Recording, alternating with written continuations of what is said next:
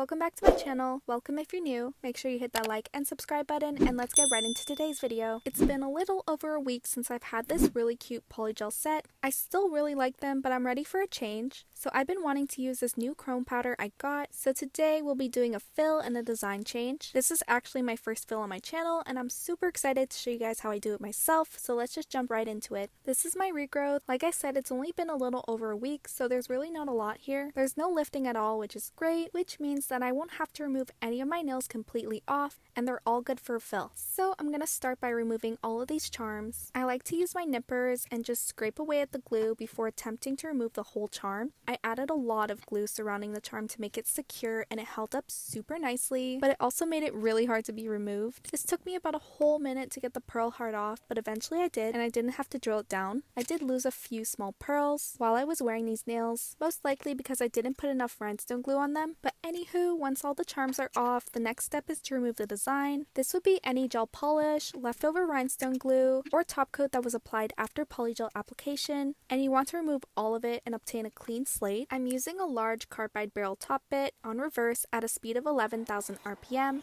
and vertically going from the bottom up of the enhancement to remove all of the design until I see that it's completely gone. Then I'm turning down the speed at around 5,000 RPM, and I'm going to remove any lifted or discolored areas. Make sure that your file is parallel to the nail, or else you'll be creating rings of fire. So when you're working on removing the lifting, it's probably a good idea to have a dusting brush on hand. It just makes it easier, at least for me, to see my own progress. So as you can see here, I still have some leftover gel polish, and this discoloration at the bottom is what I need to remove. Even though it's not physically lifting off of my nail plate, it still needs to come off before filling it in with more product. To be on the safer side, I always like to take a little extra product off anyway, sometimes even more than I may need to, because the last thing I want is to have moisture trapped underneath and develop an infection.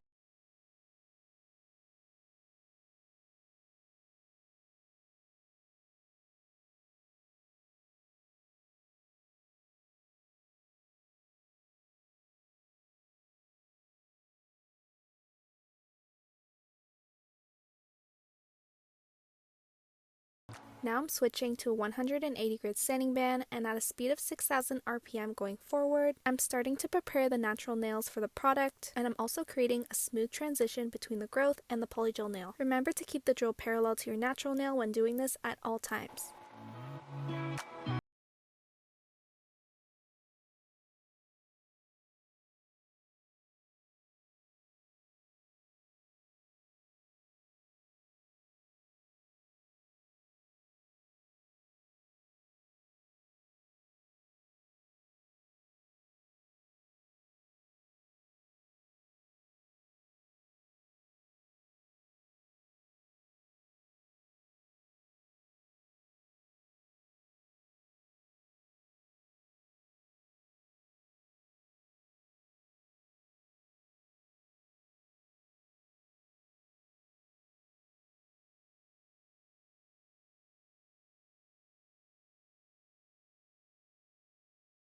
I cleansed my nails here to show you guys how much product I ended up taking off. As you can see, there's no more discoloration at the bottom, and all of the gel polish is off, which means I'm pretty good to go. But before doing that, we still need to do cuticle prep, so I'm going to use a cuticle pusher to gently lift up the proximal fold.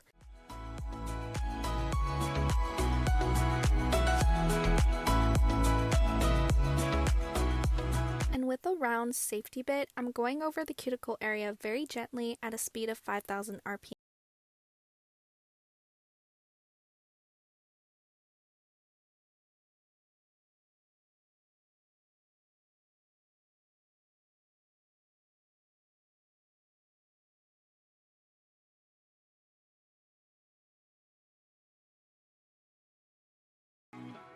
This step is optional, but I like to carefully remove the dead and loose skin from my nail fold. I do this purely for aesthetic purposes, and it's not necessary for good retention.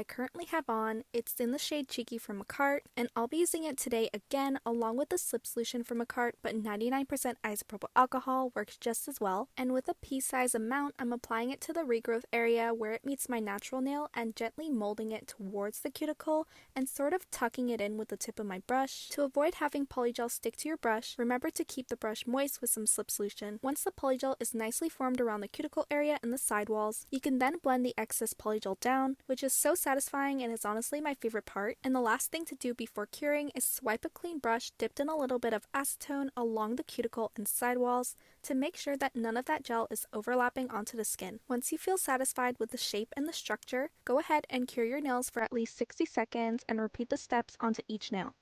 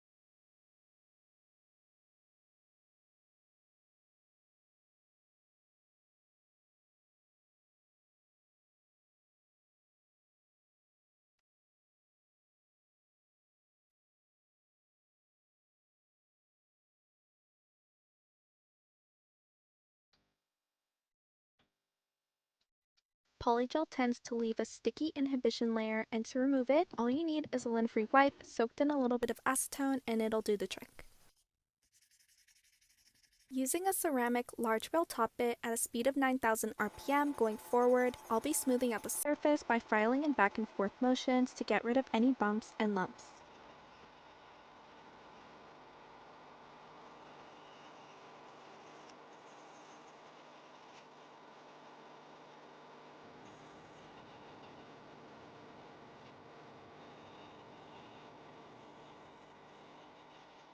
Then I'm lowering the speed to 5,000 RPM and sealing the cuticle area with the same bit. Alternatively, you can use a rounded safety bit if you're uncomfortable using this kind of bit. I'm basically going to be making a few passes over the cuticle area until I see that it's flush with the nail. This step is super important to prevent any lifting in the future.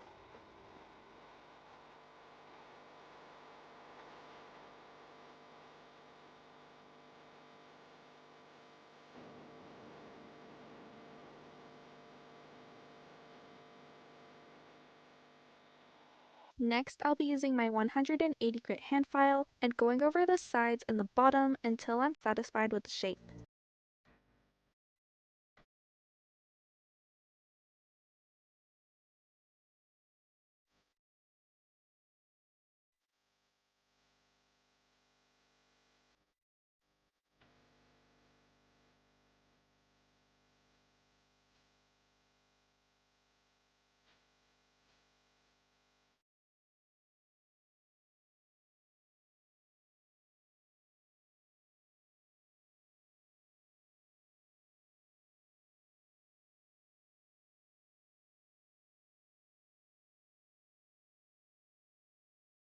Lastly, I'm taking a buffing block. This is a dual-sided one with both a 180 grit and a 240 grit, and I'm actually using a mixture of both sides, starting with the 180 grit to further smooth out my nail, and then finishing with the 240 grit for an ultra smooth surface.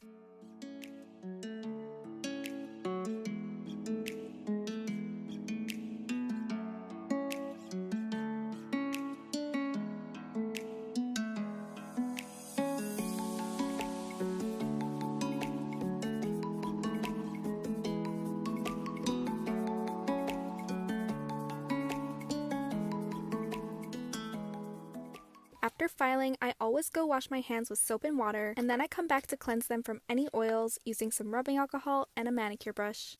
Now that my nails are all clean and smooth, it's time to create our chrome French. Today I will be mixing Perfect White and some top coat from Madame Glam in equal parts on a mixing palette. Adding top coat to the color of your French is really what makes the chrome powder stick on so effortlessly, and although it dilutes the color slightly, you won't really notice that once the chrome is applied. It's kind of like a trust the process situation. I will say that the top coat, the lamp, and the curing time is so important when it comes to chrome designs. After a lot of trial and error with not only different top coats, but also different nail lamps, I finally found what works best for me. So after I paint on my French, I'll then cure it in my lamp for 20 seconds, no more than that, and then apply the chrome with a sponge applicator, dust off the excess, and then you'll probably see that it's still a little grainy. So what I like to do is I like to take another sponge like this and rub off all of that excess powder, and voila, that gives me like a mirror finish every single time. If you're new to chrome designs, I would highly recommend using a medium viscosity, no wipe top coat, and testing out the different cure times until you find a finish that works best for you. I would start at 20 seconds and then work my way up to 30 and see how it goes. This is personally my best tip and advice for chrome designs, and I'll have my top coat and my nail lamp linked down below in case anyone's curious to know the specs of it. After applying the chrome onto each nail, make sure that you give your nails a full cure in the UV lamp for 60 seconds.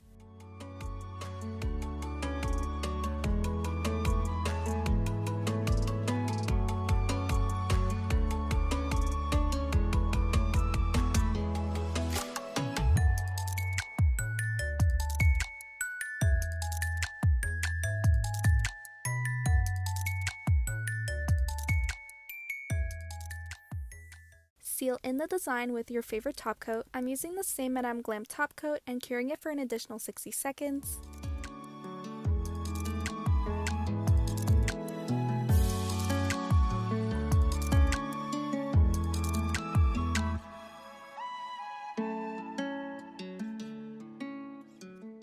I like to wash my hands after using the chrome powder and curing on the top coat just to remove any excess chrome from my skin. Then of course I have to rehydrate my nails with some cuticle oil. You can massage it in once it's applied and then you're done. These are my nails 2 days later, and I had to wait for the sunshine to come back because it's been raining non-stop here. This chrome design looks so beautiful in the sunlight, and I had to do it justice by showing its full potential. I will have every product I used in this video linked down below just in case you guys are interested. I hope you guys enjoyed this video and found it helpful. Thank you so much for watching, and please like, comment, subscribe to my channel, and I will see you guys in my next one.